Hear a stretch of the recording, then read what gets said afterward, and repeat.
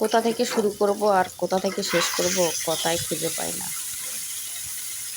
ঘুম থেকে উঠি, শুনি যে মেহমান আসবে বাসায়, তো তাড়াহুড়া করে রান্না শুরু করলাম।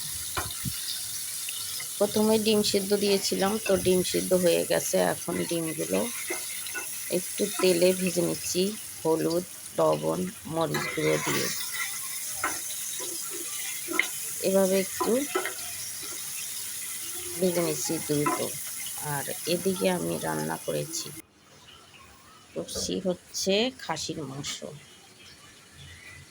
খাসির মাংসের হাড়গুলো অনেক চিকন। আর এদিকে আমি পেঁয়াজ বেরেস্তা করেছি মুরগির রোস্টের জন্য, বেশি করেই করলাম। আর এই যে মুরগির রোস্ট,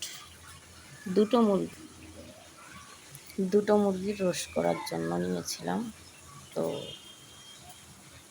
ফুল রেসিপিটা দিয়ে নিই, আছে আমার পেজে, ইউটিউব চ্যানেলে, কেউ চাইলে দেখে নিতে পারেন। আসলে তাড়াহুড়ো করে রান্না করলে রান্না অতটা মজা হয় না। কি আর করব,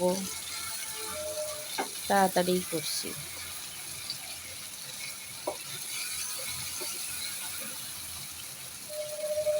বেলা বাজে ৩টা, রান্না করতে করতে 3টা বেজে গেছে।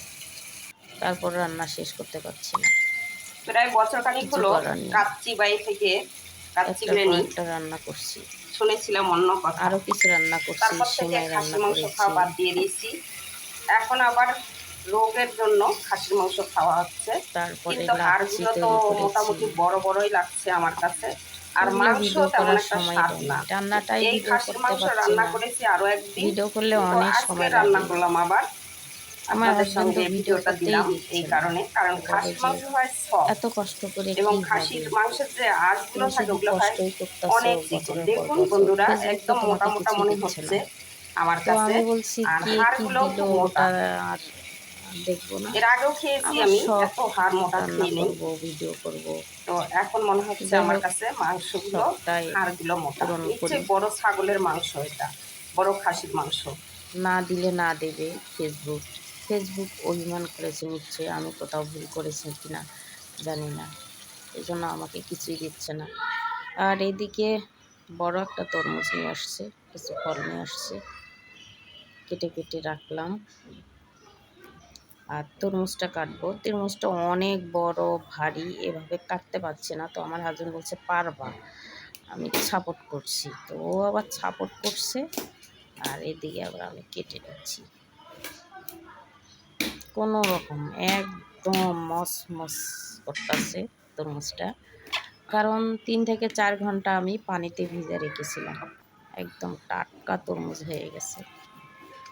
তো কেটে দেখি লাল কিনা। লাল হলে হবে না, মিষ্টি হতে হবে। পারছি না একটা, আলহামদুলিল্লাহ মোটামুটি চলে, তবে বিচি কম, তরমুজটাই বেশি কম। ওই কিরে মধু মধু, ডায়লগ, ভাইরাল ডায়লগ, ওই কিরে মধু। তো বন্ধুরা, আজ এই পর্যন্ত। আল্লাহ হাফেজ।